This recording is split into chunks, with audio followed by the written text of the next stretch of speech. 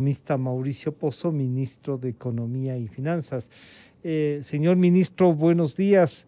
Acabamos de hablar con el inspector general de la policía.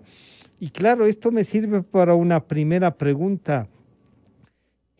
¿Cómo quedan las relaciones económicas, por decir de alguna manera, de la policía, de las Fuerzas Armadas? ¿Están con los recursos? ¿Podrán pagar los salarios a finales de mayo? Ministro, bienvenido, buenos días. Buenos días, Francisco, gracias por la entrevista. Bueno, nosotros, recordará, dijimos hace poco que íbamos a dejar en orden las cuentas y que se iban a atender los pagos incluyendo el mes de mayo. Y eso se va a cumplir. Estamos justo en el proceso para que no haya ningún problema en que se atiendan todos los compromisos, incluyendo obviamente sueldos, salarios y demás de todo el gobierno y de todo el presupuesto. Así que eso incluye sin duda Fuerzas Armadas, Policía Nacional y todos los sectores. Así que hemos trabajado fuerte en eso y eso lo vamos a cumplir. Así que por ese lado deben estar todos tranquilos. Obviamente siempre van a quedar cuentas por pagar, porque eso todos los días entran facturas y todos los días salen facturas. Hay un monto de atrasos que va a quedar para irse liquidando en el tiempo, pero eso no quiere decir que los compromisos recurrentes del Estado, que tienen que atenderse de manera mensual, no se cumplan. Así que por ese lado no hay ninguna novedad. Señor economista Pozo, ese monto de atrasos está previsto, permítame preguntarle así, en el déficit. ¿Esos atrasos entran en el déficit o esas dos cuentas hay que sumar? Esta es una buena pregunta y vale la pena aclarar por un tema didáctico, digamos así. Claro. El déficit fiscal es la diferencia entre los ingresos y los gastos. O sea, el déficit fiscal es algo que tiene que cubrirse, tiene que financiar.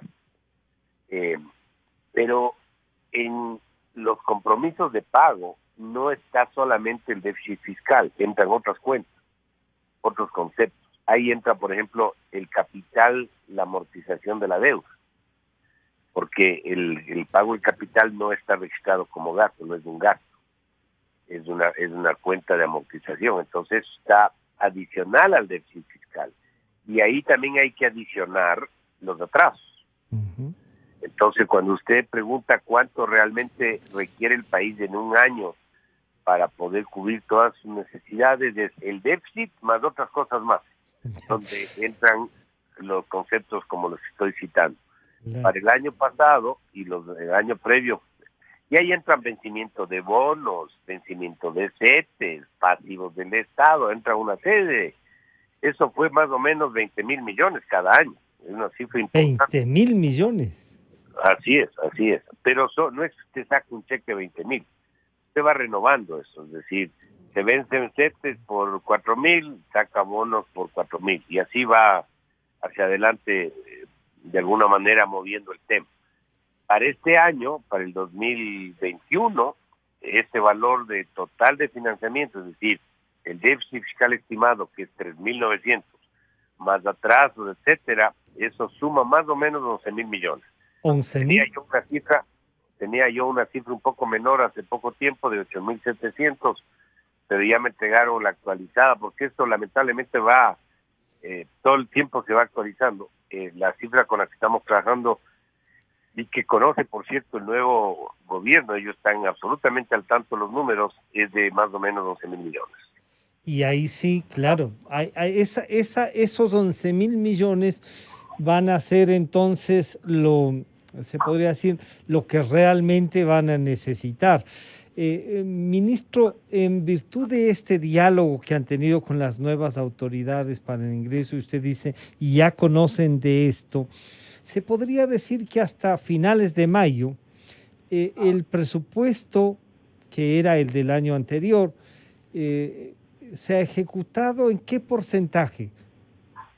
A ver, como es un año electoral el 2021, lo que opera es la la prórroga del presupuesto del ejercicio anterior. Ujú. El presupuesto que corre es el presupuesto que se llama codificado, no es del Ya. devengado. La diferencia entre el uno y el otro es el devengado es del real, pongámoslo así. El codificado es del que se estima cerraría el año. Y si usted ve los números del año pasado, la diferencia entre el codificado y el devengado es importante, son más de 2.000 millones. Es decir, el codificado es más grande que el devengado, en 2.000 millones, pero el codificado es el que rige para eso. De acuerdo a la normativa, para este año, el gobierno tiene 3 meses, 90 días, para presentar un ajuste al presupuesto prorrogado del año pasado. Es decir, súmele 90 días al 24 de mayo, No. eso es lo que tiene el gobierno para presentar un ajuste presupuestario, llamémoslo así. Y recuerde que a finales de año ya le toca, en cambio, presentar la proforma para el siguiente. Claro. Y Así esa sí ya que será esto, responsabilidad total del nuevo gobierno. las dos cosas, porque Sí, el ajuste presupuestario también es del nuevo gobierno. Ellos tienen que revisar, tienen que ver cómo ajustan, en qué forma, en qué proporción, dónde. Eso tienen que hacerlo y después, obviamente, hacer el alcance, no el alcance, sino hacer la proforma para el próximo año. señor ministro, el presupuesto real, ¿a cuánto asciende ahora? ¿En cuánto va a quedar para el 2021? A ver, la cifra consolidada es más o menos 29.000 millones de dólares. Esa es la ¿Mm? cifra. Usted tiene, estoy hablando lo que se llama ingresos más desembolsos, gastos más amortizaciones, es el total del tamaño Del del presupuesto. puesto, digamos. Ya, ahí entra todo, ahí entra todo. Y ese valor es inferior en unos 3.000 millones del que tuvimos El año en el año pasado, 2019. del 19. O sea que si Entonces, hay una reducción fuerte ahí de donde se explica, como 4.000 millones de dólares, ¿no? claro, ahí es donde se explica lo que yo había dicho algunas ocasiones, de que si hemos bajado el tamaño del Estado, y es la verdad. Ujú. Y usted me pregunta en qué han bajado. Yo le respondo, hemos bajado primero en que no crezca la inercia salarial que se producía todos los años. Eso está parqueado y ha bajado inclusive un poco. En bienes y servicios nos hemos ahorrado cerca de 500 millones por año. En intereses de la deuda producto de la renegociación que se hizo, hemos bajado 1.000 millones por año. Y también algunos rubros del plan de inversiones. Entonces, todo esto ha hecho que se achique el presupuesto y esto tiene que seguir, porque el desfase respecto a lo que sería lo ideal todavía sigue siendo importante. Ministro, si esta reducción tan importante que se ve ya en los números, se puede decir, pero no, no solo ha sido vía inversión, también si hay una vía de reducción real, que instituciones que no cumplen su rol, incluso personal, ¿no? Que es durísimo en momentos de pandemia, eso también sí ha habido una reducción. A ver, nosotros hemos hecho algún tipo de reducción en número, Ujú. pero hemos hecho más en volumen, en la base. Lo que usted puede llenar, usted puede bajar el gasto en nómina, pongámoslo, sin necesidad de despedir gente. Y eso es, por ejemplo, no llenando vacantes. O sea, renuncia y no llena la vacante. O tiene partidas abiertas para el ingreso de gente que está presupuestada que entre y no entra. Entonces eso es otra forma. La tercera es no renovando contratos ocasionales, por decir. Entonces todo eso son decisiones que no generan despidos de personal, pero que en el monto de la nómina hay un ahorro. Y eso se ha hecho. Eso se ha hecho al punto, como le menciono, que la inercia salarial que se producía todos los años, porque el grueso de la burocracia son 4 sectores: Fuerzas Armadas, Policía, Educación y Salud. Y todos los años sube el gasto, porque suben de categoría. Ujú. Ahí Ahí está. hay la carrera.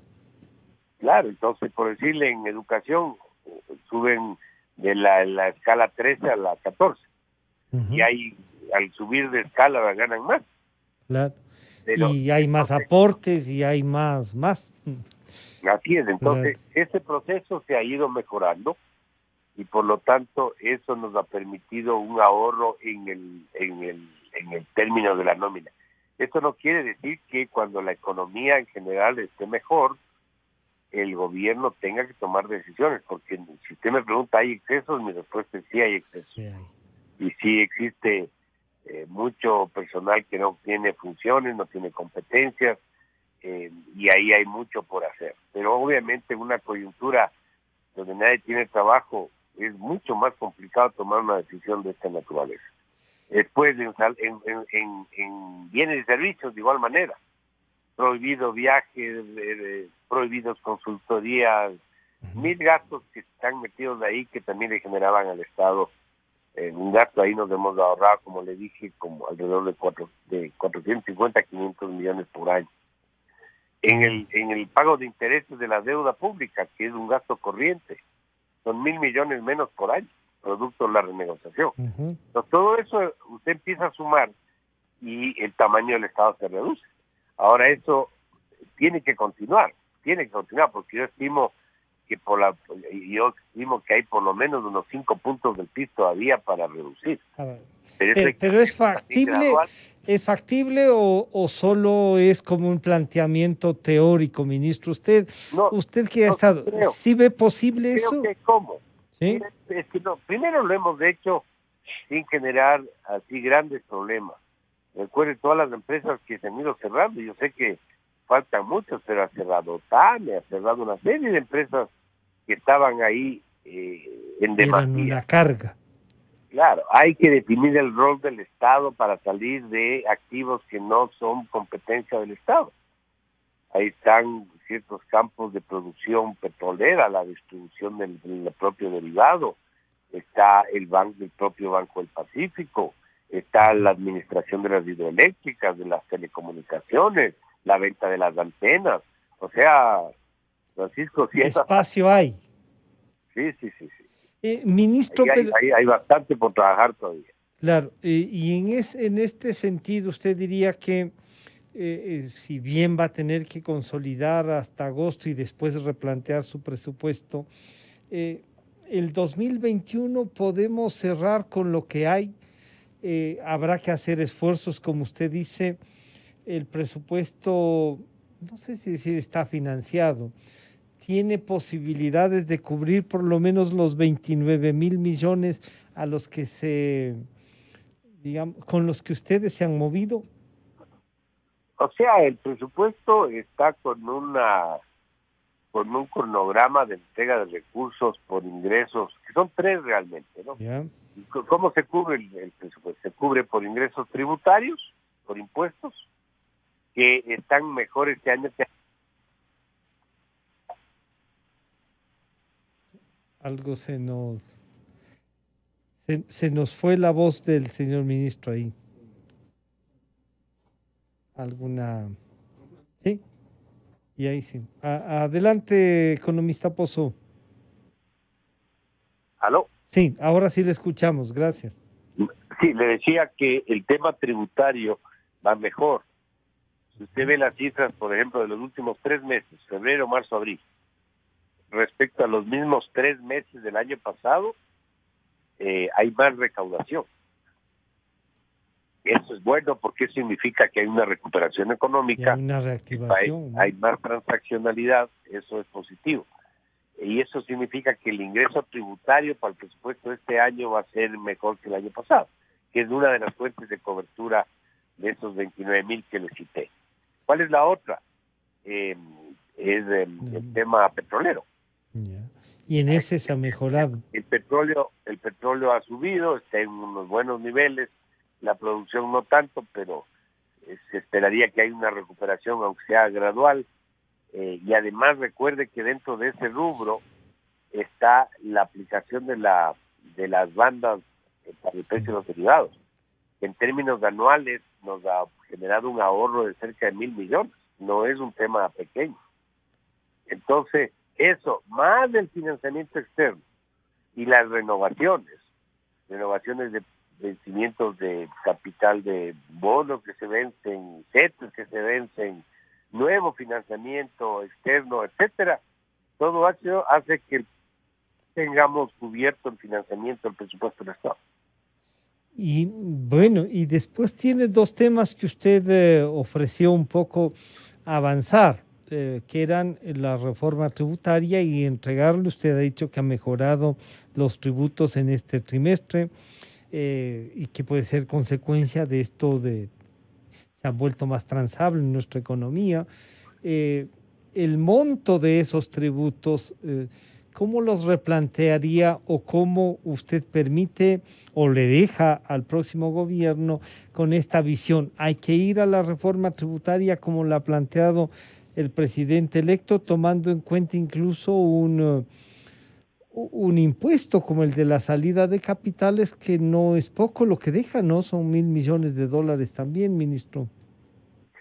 Es correcto, Francisco. Fíjese, nosotros este jueves vamos a hacer la entrega formal, digamos, de las reformas que ofrecimos, donde se incluye el tema tributario. Nosotros hemos preparado un proyecto con apoyo internacional de algunos técnicos y el equipo del presidente electo también ha preparado un proyecto.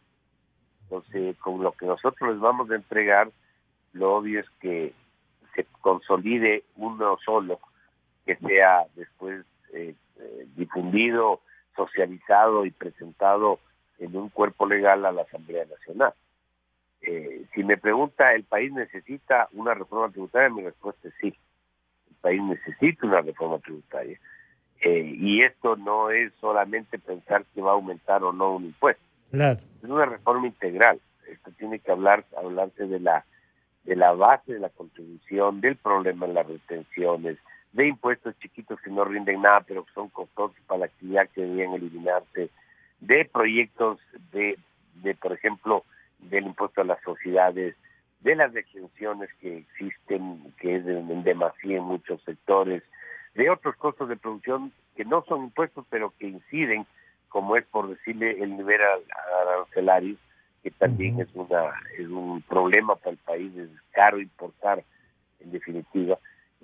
Y eso, en ese contexto general, pensar si es necesario, por decirle, algún incremento de algún impuesto como el IVA o alguno otro. Entonces, hay que ver... ¿Y usted sí se animaría, si es que es necesario lo del IVA, se animaría a decir, vean, hay que estudiar esto? Sí.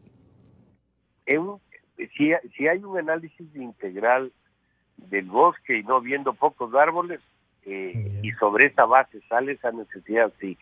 Recuerde algo, el IVA no es un impuesto a la producción, el IVA es un impuesto al consumo. Y si eso se acompaña con otras decisiones, por ejemplo, hay que ir desmontando gradualmente el caso del ISD, porque ese impuesto son $1.200 millones al año. Y obviamente no hay cómo desmontarlo de una sola, porque me quedo sin 1.200 millones de ingresos. Entonces hay que irlo gradualmente moviendo. Pero eso tiene que desaparecer algún rato, porque es un impuesto nocivo, ineficiente, contraproducente con la propia dolarización. Es decir, tiene todos los peros y yo no le veo uno a favor. Que entonces, no sean 1.200 millones. Entonces, pero si se lo va reduciendo gradualmente medio punto, un punto, medio punto, un punto a lo largo del tiempo, y eso se combina con un ajuste en el caso del IVA, o una reducción del impuesto a las sociedades de la renta con un ajuste del IVA, o una baja arancelaria con un ajuste del IVA, usted probablemente lo haga más vendible, un ajuste tributario. Eso ya será decisión del siguiente gobierno, ya no me meto. Claro. No, pero usted además, después de que deje el ministerio, nosotros vamos a seguir contando con su opinión y podrá conducir también una línea de opinión. Ministro, el IVA no siempre ha sido vendido como una cosa, sino que afecta a todos los ecuatorianos y se ve que es el más efectivo, pero hay muchos sectores de la canasta básica, digamos, productos que no tienen IVA y a veces eso no se ha vendido bien. Parece que en realidad sí encarecería casi todo el IVA y Y eso no es, ¿usted coincide con esto de que no se vende bien eso? Yo creo que ha habido un problema de comunicación y de difusión de lo que es realmente el IVA. Primero, el IVA es un impuesto imposible de evadir, o es súper difícil de evadir, o sea, del impuesto a la renta ahí se dan las vueltas buscando formas de actuación, pero en el caso del IVA es muy complicado. Esto le hace un impuesto eficiente. Segundo, no le afecta a la producción del país, eso le afecta al consumo. El IVA en la tasa es de las menores de la región, la tasa del IVA. La gente no compra algo, no porque el IVA sea alto o bajo, sino o porque no tiene trabajo, no tiene capacidad de compra. O sea, la discusión no está en que el IVA del 12, si usted le baja al 10, la gente va a comprar más. No. La No gente va tiene a con qué comprar más comprar. si tiene empleo y si tiene capacidad de compra. Entonces, por ahí no va el tema. Y además del IVA, como usted bien menciona, no ataca la canasta básica. Lo que acaban de hacer en Colombia fue un problemón, Sí. porque ellos le buscaron aplicar el IVA A la canasta básica. ya, y ahí Al se armó el 70% de los productos de la canasta y ahí se básica. armó el relajo que se armó. Ministro, yo, Entonces, son temas que es bueno difundir y explicar mejor. ya. Y yo quisiera que una preocupación que hubo y que además la presentó el señor economista Carrera, eh, sobre las cifras, y estas sí son suyas.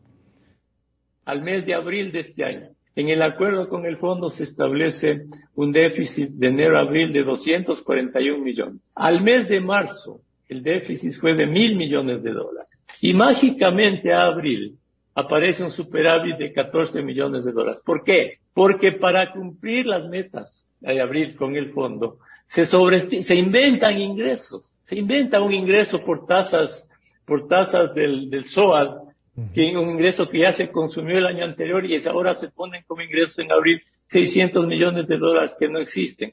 Tú recuerdas, Francisco, y Fausto y Francisco Suel, que hace años se estableció el SOAD, esta tasa para accidentes de tránsito. Esa tasa pasó a administrarse en una cuenta que se llama SPAT. Si uno ve las matrículas de vehículos de cada uno de nosotros, va a ver que pagamos esa tasa cada año por los accidentes de tránsito. Esa tasa rindió el año anterior cantidades muy superiores a lo que se empleaba para administrar los accidentes de tránsito, para indemnizar.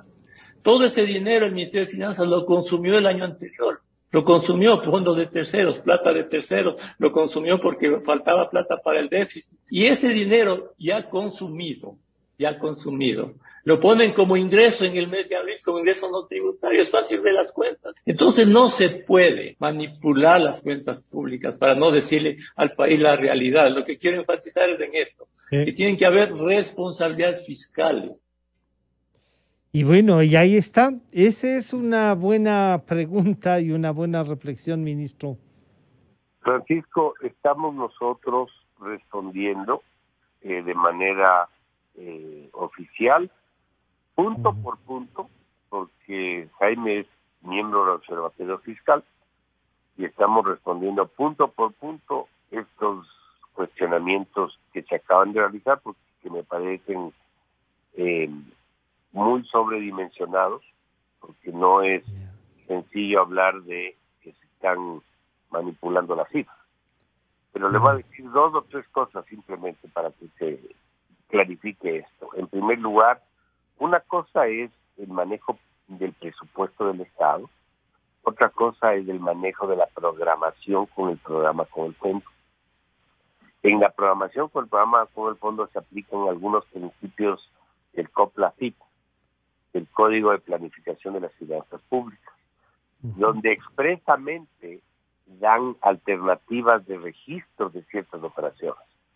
Entonces no es que se están ajustando las cifras por cumplir una meta, sino que están contabilizando y registrando las cifras de acuerdo a lo que la propia normativa permite. Podrán discutir de que no es la óptima lo que está puesto en la norma, pero eso no quiere decir que se están manejando las cifras de manera inadecuada. Ese es un primer tema. En el segundo valor, en segunda cifra, hay algunos ajustadores en el programa con el fondo, que no sé si Jaime está al tanto, que son ajustadores del precio del petróleo y el precio de los desembolsos. Es un tema que no voy a explicar ahorita, pero hay un ajustador cuando viene un desembolso y es para financiamiento de un proyecto o es para uso de liquidez libre. Entonces eso hace que cambien y se modifiquen las metas de acuerdo a lo que pasa con estos dos valores. Entonces eso también incide en el registro de las operaciones. Pero para que no se maree el público, haremos una explicación mucho más Punto por punto. sencilla para que se entienda, pero de ahí a sacar una conclusión de manipulación hay una distancia bastante grande. Ministro, muchísimas gracias por este diálogo y bueno, faltan pocos días y habrá que hacer una evaluación general e incluso del diálogo que usted mantenga con el ministro entrante, ¿no? Con quien además debe conocerse, ministro, y esperemos que la transición sea mucho más ordenada. Sí, por supuesto que sí, ha sido muy bien recibida esta transición, Francisco, por parte de los multilaterales. Y creo que eso es bueno para el país porque es un proceso maduro, diría yo, y donde todos están sobre la mesa. Y déjeme decirle algo respecto a lo que usted me acaba de citar, de este comentario de las cifras. ¿Usted cree, el fondo está atrás de cada decimal de la información? ¿Usted cree que si habría alguna manipulación el fondo estaría en la actitud que está con el Ecuador? No les habría aceptado con seguridad. Jamás se aceptaría. Estos no, a usted no le perdonan una coma si no es lo correcto. Pues me parece que hay un exceso absoluto en el comentario que se ha hecho. Ministro, muchísimas gracias por comparecer. Estaremos en contacto, no solo como ministro, sino que debe seguir haciendo la militancia de opinión y desglose de lo que pasa en economía, señor economista Pozo. Sí, a la orden, estaré siempre dispuesto a conversar y a dar mi punto de vista. Gracias, Francisco. Ha estado con nosotros el señor economista Mauricio Pozo, ministro de Economía y Finanzas. Las cifras. Bueno, con esto terminamos el día de hoy. Nos encontramos mañana y veamos qué pasa con las comisiones y el acuerdo de la Asamblea Nacional. Claro, ojalá ya le haya pasado el chuchaqui y pueda explicar el defensor del pueblo. Hasta mañana entonces.